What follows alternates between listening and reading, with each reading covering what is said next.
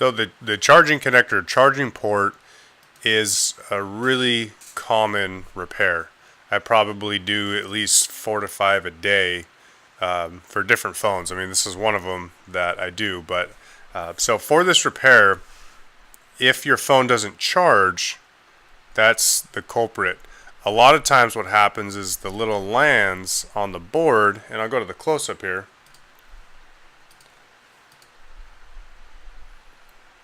The little lands on the board and the leads to the charging port break. And if any one of these little leads breaks, then your charger won't work. So what we're going to do is we're going to tape the board up using a polyamide heat tape. So it's a heat resistant tape that doesn't leave any residue on the board itself, so it protects the components from the heat of the heat gun. So we'll tape it up. We'll have our new charging connector set aside and ready to go. So there's the replacement charging port, and we'll have that set aside. And once we heat this piece off, then we'll inspect the lands on the board to make sure all of them are intact, and that we can in fact put the new charging port on and then connect that to the lands. What happens sometimes is if this piece breaks off, if it's basically ripped off of the board, it can rip the lands on the board off as well. And if those lands on the board are ripped off and the solder is not able to attach to the board, then you cannot repair this part, which does happen sometimes. So anyways, we'll go back to the main shot. This little device right here, it's a circuit board holder, and what you'll end up doing is you can adjust these legs on the side, on this side as well, and then this goes back and forth, and you can secure it by moving this piece out and tightening it down. So you'll be able to secure your any size board pretty much in place while you work on it, so it doesn't move around, because that's the worst thing if you're trying to solder or heat something off and your board is moving around. Then it takes you longer. So first things first, we're going to tape the board up. So here's the heat tape. It comes in various sizes and lengths. Any size or length will do, and you'll just kind of find the edge of it. And some people may only tape up a portion of the board.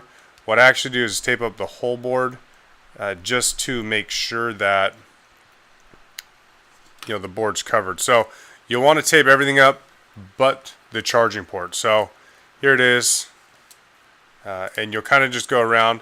When you get to the switches on here, you get to your power switch and your volume switches, you want to actually kind of go over it. You don't want it so tight against the switch that it presses the switch inward, because even if you have this tape over it and you heat this up, it can actually damage the switch and leave it on the in position, kind of pressed inward. And if that happens, then you'll have to replace the switches, which are in another video that you can watch. But a way to avoid that is just to give some space when you're wrapping around the switch, and I'll show you here. But so we'll go around here, and this does take a little bit of time, so you will want to kind of take your time. But as you get to the switch here, I give it a little bit of space, so it's kind of slacked, and then I just press it down, and it it kind of goes around the switch. So I'm not gonna tape the whole board up. I'm just gonna show you. It's kind of an example, but this is what you'll want to do. And for as cheap as this tape is, the tape's only a couple of dollars per roll. So I figure it helps in the long run to to tape the whole board up, because then you're saving the board. So I'll go there. You'll go all around. You go right up just around the port itself. So you tape everything but over that, because you want to remove that. So you don't want to tape over it, or you won't be able to remove it. And then the back side, you're going to have these contacts as well. You will want to cover that metal contact, but again, leaving the back of the charging port free. So here it is. We're going to put it into the holder, kind of slide that in place, and you can squeeze that together and then tighten it down. And once you tighten it down, your board's in place.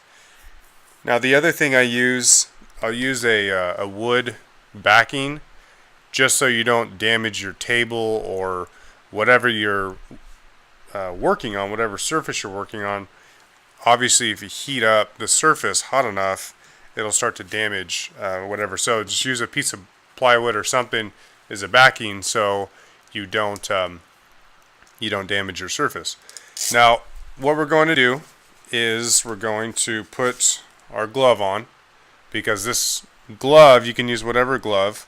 You're going to be holding your hand right here, and as you're heating this charging port, the heat's obviously going to be on your hand, and you don't want to burn your hand. So you want that on. And then we have our heat gun or hair dryer, and you're just going to keep it maybe 6 to 8 inches above the charging port, and when it gets hot enough, that solder will melt, and then you'll be able to remove the old charging port, inspect the lands, and then install the new one on. So we'll start heating it off.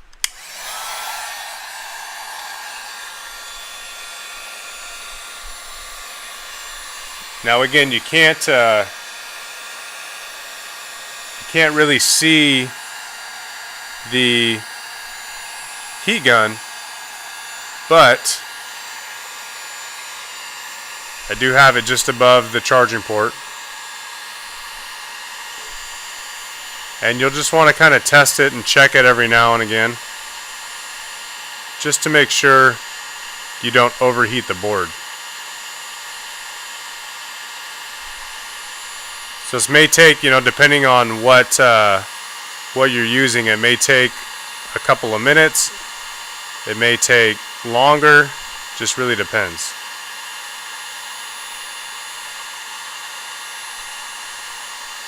But the main thing to remember is don't be in a hurry. The boards are delicate, and the more time you actually take to protect it, the better your repair will turn out.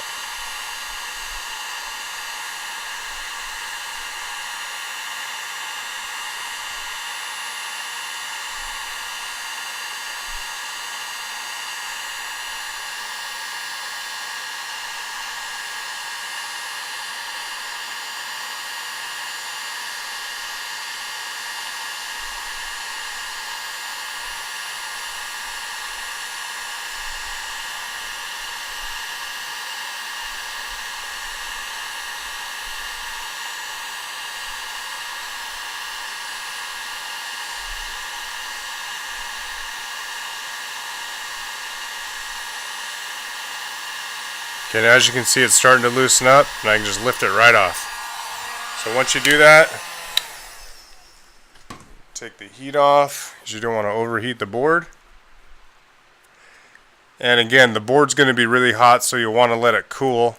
Does help, again, to have the glove on, but it's still really, really hot. So I would wait until it cools down to actually do anything with it. But we'll go back to the close-up, and I'll show you all of the leads and everything on the board, the lands on the board. So you have all these contact points right here, and they're all kind of in a row. Now, one thing to remember is if any of these are missing solder, you'll want to resolder all of those lands. One thing you want to remember if you're resoldering is that you don't want the solder to bridge from land to land. If it bridges, the charging port will not work. So it's very important to not overdo the solder, but get enough on there to when you put the new charging port on, those leads from the charging port will sink right into the solder on these lands. So It's a good thing just to inspect it to make sure they're all good. And if they look good and there's enough solder on there, then we can put it back in the board and put the new charging port on. So we'll go back to the main shot. Get our board ready again. And let's see here. Get that in place. Okay. So once you have that all in place, you have your new port set aside. I'm just going to use the old port as an example, but the new port's exactly the same. So you'll have your new port ready to go. We're going to do just what we did. We're going to heat this up, and this actually won't take as long to heat up because everything is out in the open. You don't have any ports or holes filled, so it shouldn't take as long to do this. So you want to keep an eye on the solder. As soon as it melts or you can test it and it moves freely, then you want to drop the new port into place. So here we go.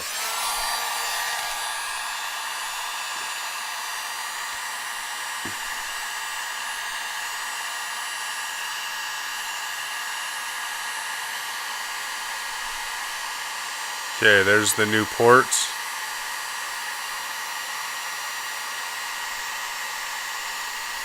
And it should take a couple of minutes. But you can just check those. Just run your tweezers over it. If it starts to move, then you know it's time to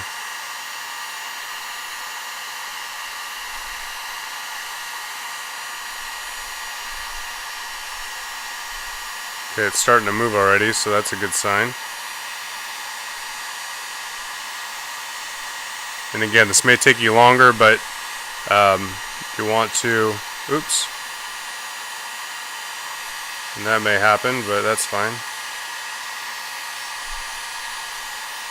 Realign it.